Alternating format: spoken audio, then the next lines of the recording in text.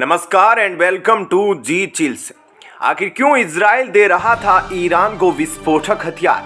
कैसे ईरान और इजराइल की दोस्ती खूनी दुश्मनी में बदल गई? आखिर क्या हुआ था ईरान में मौजूद इजरायली एम्बेसी का जानकर हैरान हो जाएंगे। अचानक इजरायली बॉर्डर पर ईरान ने क्यों उतार दिए थे अपने सैनिक? आखिर हमास क्यों है ईरान के लिए खतरा? आखिर क्यों एकजुट नहीं हो पाए सारे मुस्लिम देश? दोस्तों, आज भले ही ईरान सामने आकर खुलेआम इजराइल को धमकी दे रहा हो, लेकिन क्या आप जानते हैं कि किसी जमाने में ईरान और इजराइल की गहरी दोस्ती हुआ करती थी। आपको बता दें कि ईरान इराक युद्ध के समय इजराइल ने ईरान को खुलकर हथियार और गोला बारूद मुहैया कराए थे। 1980 से 1988 के बीच ईरान जमकर इजरायली हथियारों का इस्तेमाल किया करता था। इजरायली हथियारों की मदद से ईरान ने इराक के छक्के छुड़ा दिए थे। जानकारी के लिए आपको बता दें कि इराक एक सुन्नी बहुल देश रहा है, वहीं ईरान शिया बहुल देश है। दोनों देशों में कभी बनती नहीं थी। इसी कारण 1980 के दशक में भयानक युद्ध हो गया था। युद्ध में ईरान के लिए इजराइल बहुत बड़ा मिलिट्री इक्विपमेंट का सप्लायर उभर कर सामने आया था। बाद में इजराइल ने भी इराक के खिलाफ ऑपरेशन ओपेरा शुरू किया, जिसके तहत इराक के अंदर चल रहे न्यूक्लियर प्रोग्राम ठिकाने को तबाह करना था। इस ऑपरेशन में ईरान ने भी जमकर इजराइल की मदद की थी। ईरान ने इराक से जुड़े कई सारी खुफिया जानकारियों को इजराइल को सौंप दिया, जिसकी मदद से वे आसानी से ऑपरेशन को अंजाम दे सका था। ऑपरेशन के अंतर्गत इराक के एक न्यूक्लियर रिएक्टर को निशाना बनाया गया था, जहां कथित तौर पर सद्दाम हुसैन न्यूक्लियर हथियार बनाने की तैयारी कर रहा था। अगर सद्दाम हुसैन उस न्यूक्लियर हथियार को बना लेता तो मिडिल ईस्ट में यह इजराइल के लिए सबसे बड़ा खतरा पैदा हो जाता। लेकिन आज देखिए, समय और वक्त बदल चुका है।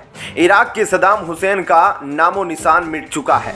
अब ईरान भी न्यूक्लियर हथियार बनाने की कोशिश कर रहा है। इसके कारण इजराइल हमेशा अपने खिलाफ बड़े बड़े ऑपरेशन करने की तैयारी करता रहता है। लेकिन उस जमाने में ईरान और इजराइल की दोस्ती जय और वीरू की जैसी थी। तो फिर अचानक ऐसा क्या हुआ कि दोनों जानी दुश्मन बन गए? इसके बारे में वीडियो में आगे जानेंगे। उस जमाने में ईरान से तेल खरीदने में इजराइल अव्वल था। दोनों देशों के बीच व्यापार लंबी लंबी ऊंचाइयों को छू रहे थे। लेकिन तभी ईरान में एक भयानक विद्रोह हो गया। ईरानी विद्रोह के बाद जैसे ही वहां के शासक शाह रजा पहलवी ने गद्दी छोड़ी, तब से ही इजराइल और ईरान के रिश्ते बिगड़ना शुरू हो गए, क्योंकि अब ईरान में एक नया नेता आ चुका था जो अमेरिका का दुश्मन माना जाता था। शिया नेता अयातुल्ला खुमैनी ईरान के प्रमुख बने। इसके बाद ईरान और इजराइल के बीच दरारें बढ़ने लगी। ईरान के नए राष्ट्र प्रमुख खुमैनी ने इसे पूर्ण रूप से इस्लामिक राष्ट्र घोषित कर दिया और अमेरिका से दूरी बना ली। इजराइल के रिश्तों को तोड़ने में कहीं ना कहीं इसकी अमेरिका से दोस्ती भी एक प्रमुख कारण रही। इसी कारण कहा जाता है कि इजराइल और अमेरिका की दोस्ती अटूट है, क्योंकि इस दोस्ती की परीक्षा ने कई संकट और ज्वालाओं को पार किया है। लेकिन अब आगे जो हुआ उसे सुनकर आप बुरी तरह से हैरान होने वाले हैं। ईरान की नफरत इस हद तक दिखी कि सत्ता संभालते ही खुमैनी ने उसी भवन में फिलिस्तीनी दूतावास खोल दिया, जिसमें इजराइल का दूतावास हुआ करता था। यह इजराइल के लिए जमीन खिसकने जैसा था। इसका उद्घाटन करने के लिए फिलिस्तीनी मुक्ति संगठन के प्रमुख यासर अराफात आनन फानन में इजराइल पहुंच गए, जो अपने जमाने की बेहद प्रसिद्ध फिलिस्तीनी नेता थे, जिनका आज भी सम्मान होता है। कहने की जरूरत नहीं है कि इजरायली दूतावास खत्म कर दिया गया। दूतावास में तैनात करीब 3 दर्जन इजरायली अधिकारी कर्मचारी ईरान में छिपकर जान बचाते रहे।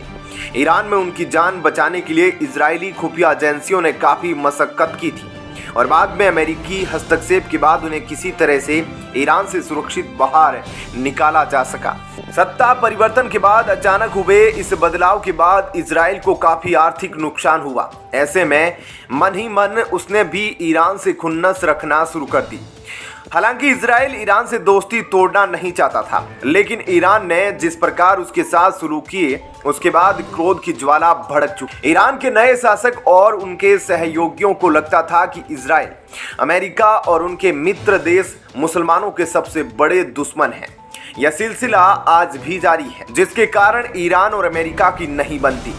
ईरान का मानना था कि अमेरिका और इजराइल वाले अन्याय करते हैं, वह ईरान की सुरक्षा के लिए खतरा है। ईरान ने फिलिस्तीन की आज़ादी को भी अपने एजेंडे में ऊपर रखा, इसलिए जब इजराइल ने लेबनान पर धावा बोला तो ईरान ने अपने सैनिक भी उतार दिए।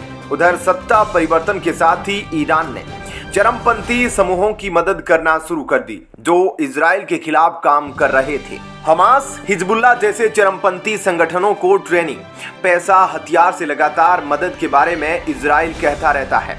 हालांकि आप जानकर चौंक जाएंगे कि हमास फिलिस्तीन के गाजा में अल्पसंख्यक शिया मुसलमानों पर हर तरह के जुर्म करता रहता है। इसके बावजूद भी ईरान, जो एक शिया देश है, वह हमास का समर्थन करता है। इसलिए हमास को ईरान के लिए एक बड़ा खतरा बताया जाता है। लेकिन ईरान ने सार्वजनिक के तौर पर कभी नहीं स्वीकार किया कि वह चरमपंथी समूहों की मदद करता है। लेकिन दुनिया भर की खुफिया एजेंसियां इस सच को जानती है। लेबनान में तो ईरानी सैनिकों ने लेबनान की सेना और हिजबुल्लाह के लड़ाकों को ट्रेनिंग भी दी है। पहले आर्थिक नुकसान, फिर लगातार छद्म युद्ध जैसी स्थिति ने इजराइल ईरान के बीच दूरी बढ़ा दी है, जिसके कम होने की संभावना फिलहाल दूर दूर तक नहीं है। इतने तनाव के बीच इजराइल ईरान के रिश्ते सामान्य नहीं होने वाले हैं और ईरान उसे अप्रोक्ष रूप से तंग करने का कोई मौका नहीं चुकेगा। इजराइल दुनिया का एकमात्र यहूदी देश है। सऊदी अरब, संयुक्त अरब अमीरात जैसे कुछ देशों को छोड़ दे तो अरब लीग के ज्यादातर देश अभी भी केवल मुस्लिम हितों की बात करते हैं। वे आज भी ग्लोबल विलेज का हिस्सा बनने को तैयार नहीं। ज्यादातर देशों में गरीबी है, बेरोजगारी है, महिलाओं के साथ बदसलूकी है, अशिक्षा है। उन्हें यह सब मंजूर है, लेकिन रूढ़िवादी रवैया छोड़ने को तैयार नहीं है। उन्हीं के बीच, उन्हीं के सामने पैदा हुआ देश इजराइल तरक्की के मामले में काफी आगे निकल गया है। दुनिया में लगभग सभी बड़े देशों से उसके रिश्ते हैं, सबके साथ वे व्यापार करता है। यह बात भी ईरान और अरब लीग देशों को पसंद नहीं आती। अच्छी बात यह हुई है कि सऊदी अरब के क्राउन प्रिंस ने इजराइल के साथ शुरू हुए अपने रिश्तों को आगे बढ़ाने की बात की है। अरब लीग से उठने वाली यह आवाज शायद कुछ और देशों को प्रेरित करे, ऐसी उम्मीद की जानी चाहिए। लेकिन ईरान इजराइल के बीच रिश्तों में जमी बर्फ कब पिघलेगी, यह समय तय करेगा, क्योंकि ईरान कोई समझौता करने को तैयार नहीं है और इजराइल को यह पता है कि उसके खिलाफ ईरान से कैसी कैसी साजिशें चल रही है। इस पूरी अपडेट और विश्लेषण पर आप अपनी राय नीचे कमेंट में जरूर लिखिएगा। जल्द मिलते हैं एक और नई अपडेट के साथ। चैनल को सब्सक्राइब कर लीजिएगा ताकि आप सभी तक नेक्स्ट वीडियो आसानी से पहुंच सके। वीडियो अंत तक देखने के लिए धन्यवाद।